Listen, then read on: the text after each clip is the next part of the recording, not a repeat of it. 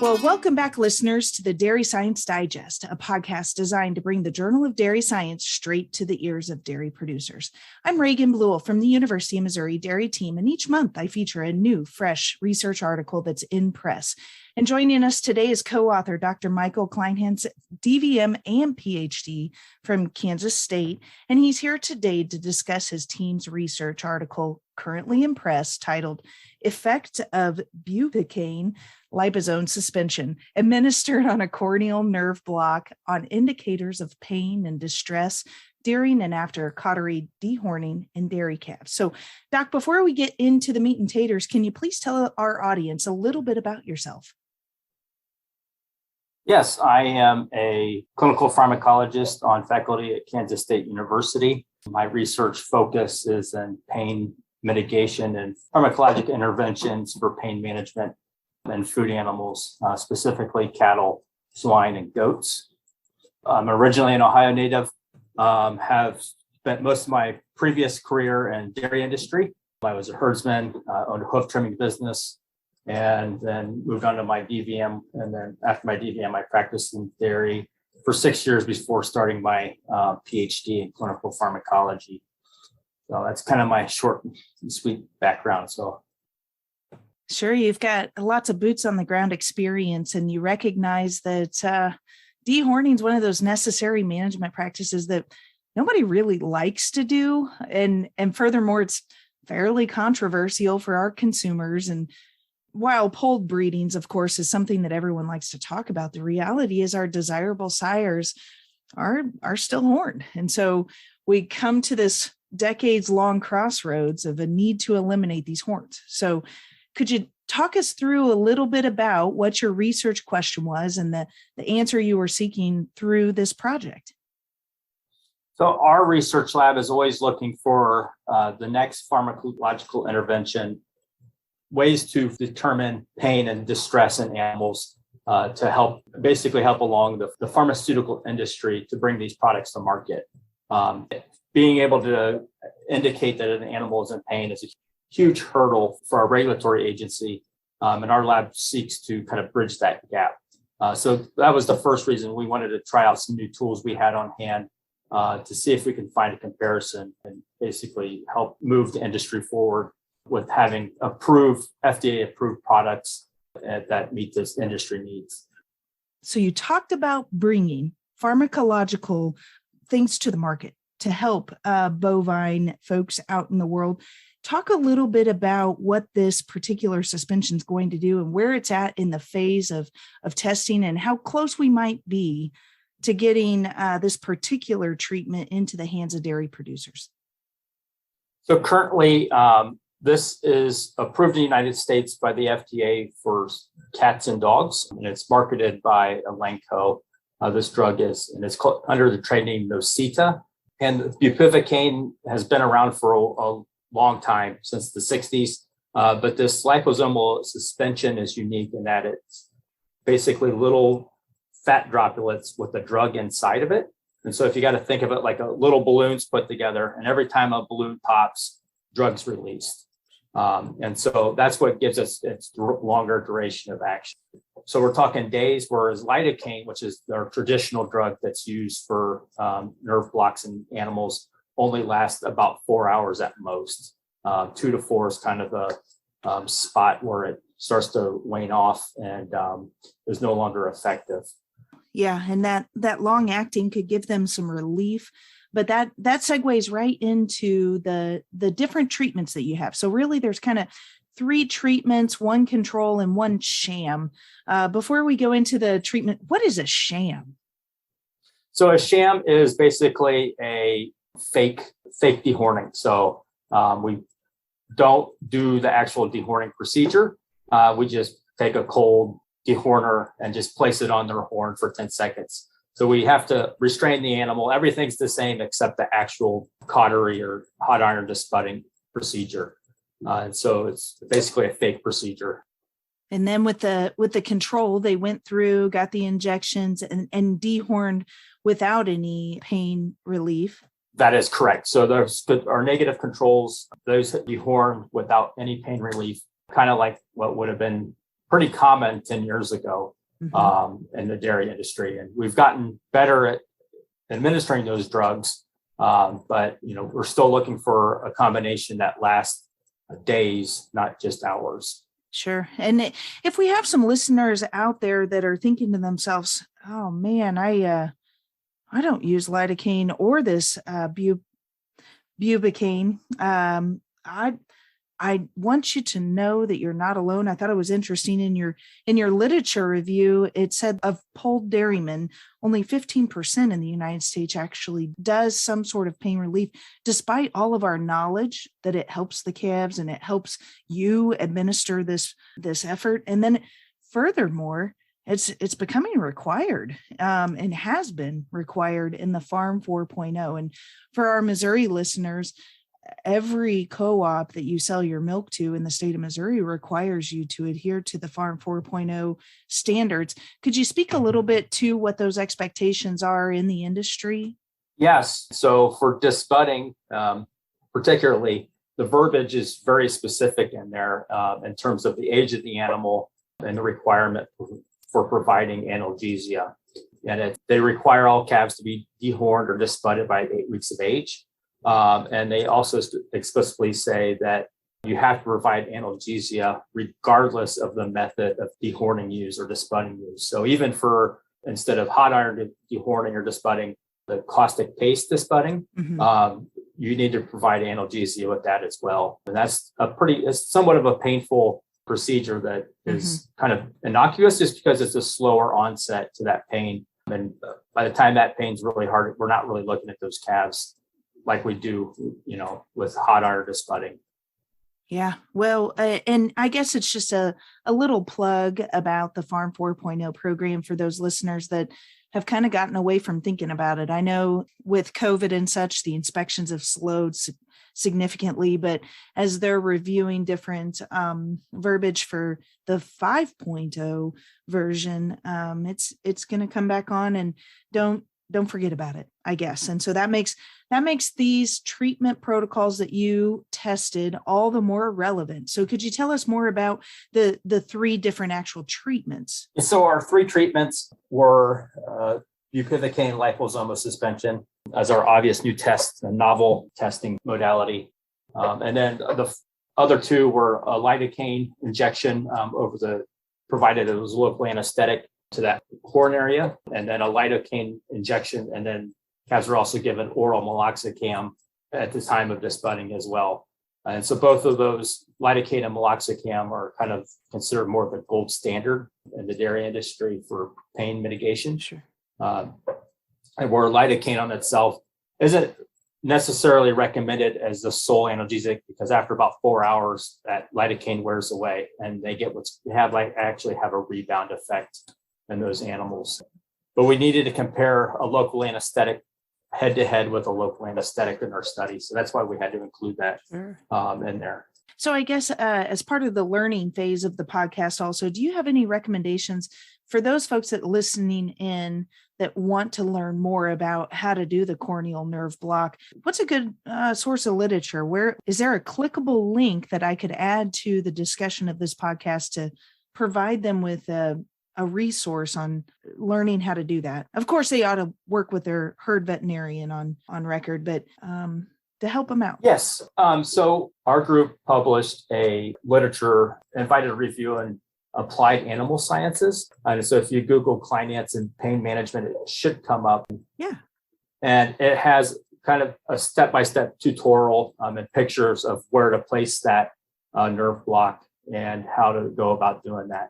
I do recommend working with your veterinarian. They're trained how to do those things, can provide you recommendations on drugs and things like that as well, and needle sizes. But once you learn how to do it, it's a very easy process to learn. You bet. Quick and easy to get accomplished. Kind of like riding a bike. Once you get trained, a little bit of practice goes a long way, but you'd be amazed how much easier, for those of you that haven't done it, it's so much easier to dehorn a calf that's numb. It really works well. Yes, exactly. And so the other big thing I would recommend is time. You got to give the drug time to work. And so from time to injection to time to disbudding needs to be a minimum of 5 minutes. That'll make your life so much easier. That drug just needs that little extra time to work in that nerve. And if you provide yourself that, so my recommendation is if you have 5 to do, start blocking the first one, do all 5, and then go back and actually dehorn the first one. There you go. And then do the rest of them. And that'll make your life a lot easier. Absolutely. Because that drug will just be that much more in place and working. So. Okay, so you utilize these drugs. Let's see, we've got 50 Holstein calves that were on average age 10 to 14 weeks of age, and they were about 200 pounds. And you applied these 3 different treatments in the control and the sham. So 5 total treatments is what you were looking at, is the nuts and bolts of the project. And tell me about the tools. As I guess before I go there, I believe that all of our good dairy producers, they can see a pain response in their herd. I believe that. I know they can. And while that assessment is completely valid, it's really hard to quantify. So as I read through your article, I was enlightened about all these different quantifiable tools that you use to assess pain. Can you tell me a little bit about what measurements did your team use to actually quantify pain, and how are we bringing science into the observations that good dairymen have had for decades? Our lab seeks to provide objective numbers. And so the FDA and their guidance for industry for approval of drugs for analgesia, one of the tenets they have is it has to be an objective measure. So I would agree with you where most very good dairymen know when an animal's in pain. They know that animal's not right. Calves are coming up to the bunk and eating if they're in pain, things like that. But we need to be able to provide a number to that. And so our tools provide that number. And so they're pretty standard for our lab. So the ones we like to use is infrared thermography. So that's a measure of surface temperature using a thermography camera. And that's an indicator for stress, essentially. So blood flow to and from the eye changes with stress. The second one we use is called mechanical nociception threshold testing. I had to Google that one. I said, oh my goodness, I have no idea what that is. And so that tool allows us to actually provide a number for how much force it takes that calf to respond.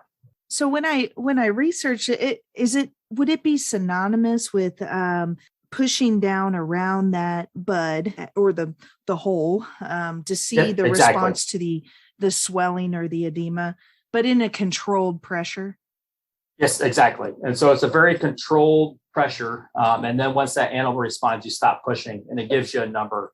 And that the lower the number, basically the more responsive they are to that touch. And so it's literally how much tolerance they can take you pushing on the area is essentially what it is. Sure. The third outcome we use, and this is the first time we ever deployed this technology or had it published, I should say, is gait analysis. So kinetic gait analysis is a system where an animal walks across a pressure sensitive mat. And with every footfall, it quantifies how much area that foot was in contact with the mat, how much pressure was there, how much force, and how long that foot actually stood on that mat as that animal walked across. And so that technology was actually the basis for transdermal Banamine being approved for pain mitigation in cattle in the United States. And so we thought it was very useful to use that for other painful husbandry procedures such as dehorning. But we have data, dairy cows following calving, that they actually change the way they hold their heads. How they displace their weight essentially as they walk changes. And so we wanted to look at that, if we could find differences following disbudding and dehorning in calves. And we did find some nice differences there. I just thought that was really interesting to learn about that process. I didn't even know that it really existed. Very cool. Very cool. So we've got the thermograph. Yep. We have the pressure test, and you talked about the gait. Yep. what else So, in the blood? so for our blood outcomes, we measured cortisol and then prostaglandin E2 metabolites. So cortisol is obviously the stress response hormone. Animal stress, they release cortisol just like you and me would in a stressful situation.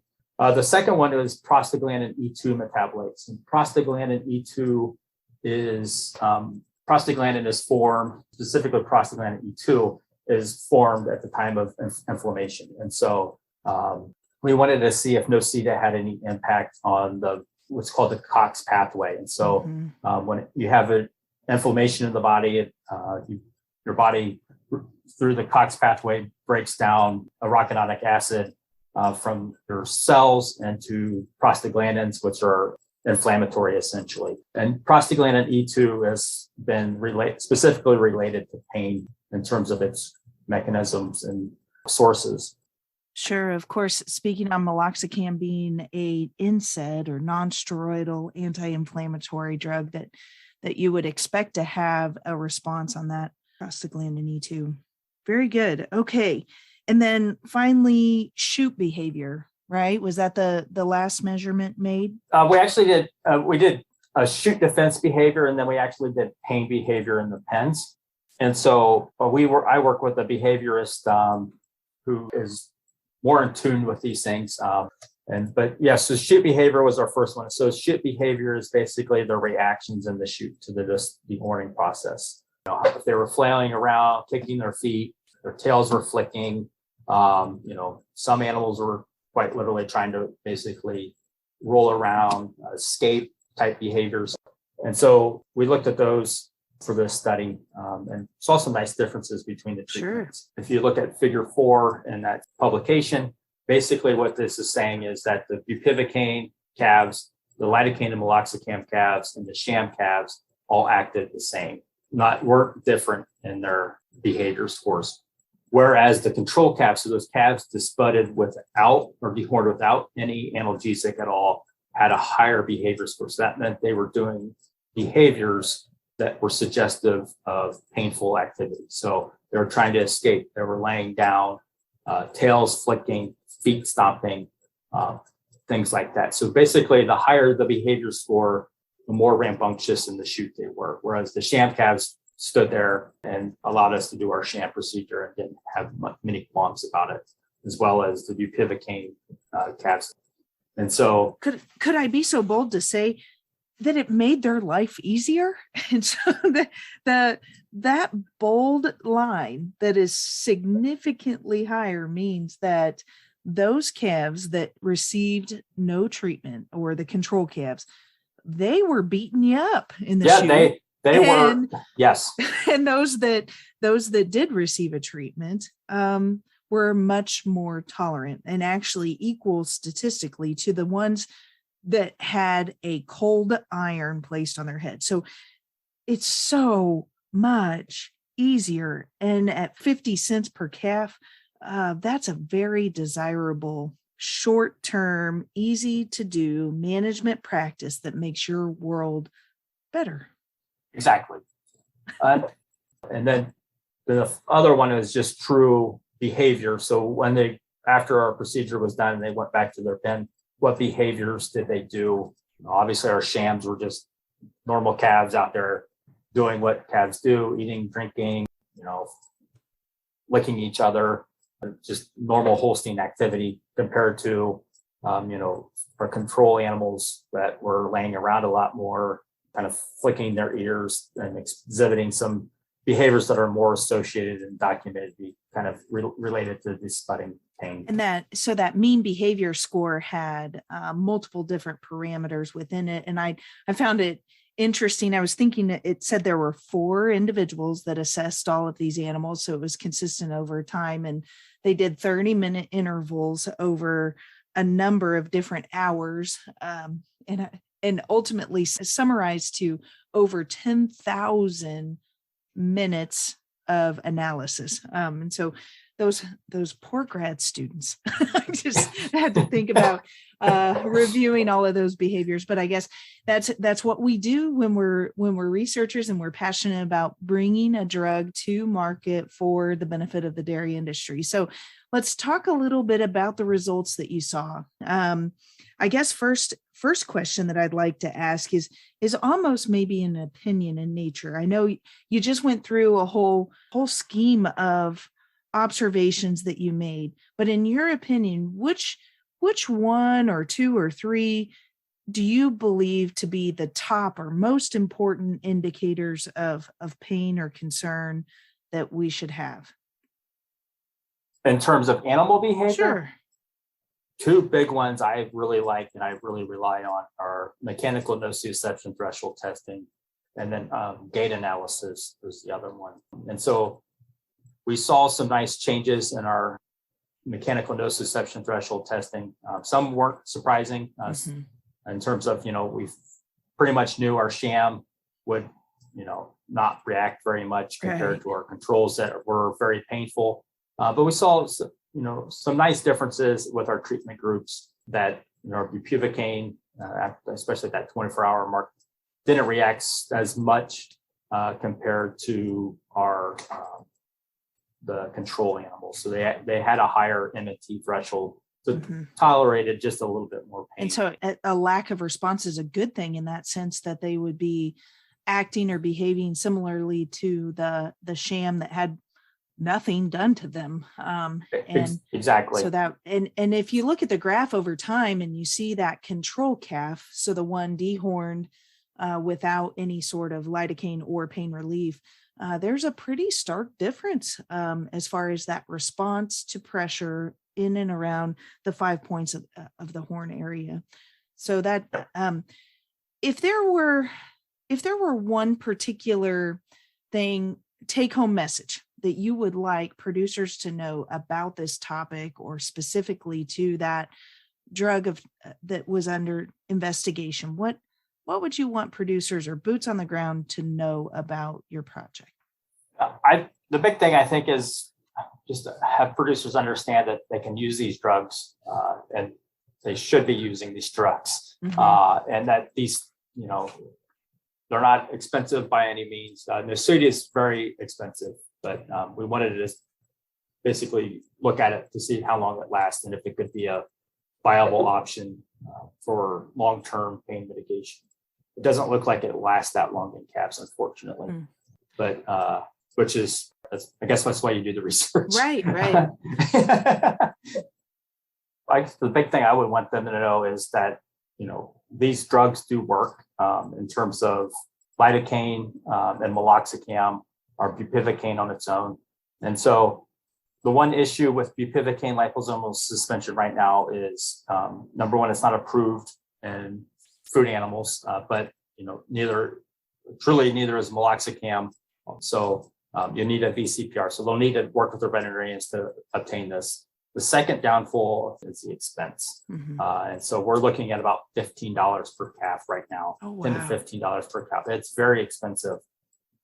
But, if we knew we got 3 days with one injection, that would be well worth the investment, I would say. Whereas meloxicam combined with lidocaine, you're at about 50 cents a calf right now to provide those medications. So that clearly pays for itself. Exactly. And lidocaine and meloxicam has been documented over and over and over again to provide adequate analgesia following dehorning. Sure. So let's use some lidocaine or Nociception to help our calves and therefore help yourself and have a win-win solution. Because again, kind of full circle back to the beginning, nobody really enjoys the day that you're dehorning. So if there's any steps that we can make to make that just a touch more enjoyable, let's do that. So this has been very informative, and I really appreciate your time. And thank you so much for taking time to interview. Listeners, I applaud you for taking time out of your day today to better understand the options that you have for dehorning your calves, and work closely, please, with your herd veterinarian to make sure that these extra label drugs are available to you so that you can make your world easier. This has been the December edition of the Dairy Science Digest, which is a monthly podcast project designed to bring the Journal of Dairy Science straight to your ears. We highlight peer-reviewed research articles that are in press. It's sound science to base your management decisions around and provided to you by your University of Missouri Dairy team. So be sure to like, share, and subscribe to get future editions straight to your cell phone. This is Reagan Bluell with the Dairy Science Digest, and I hope you have a great day.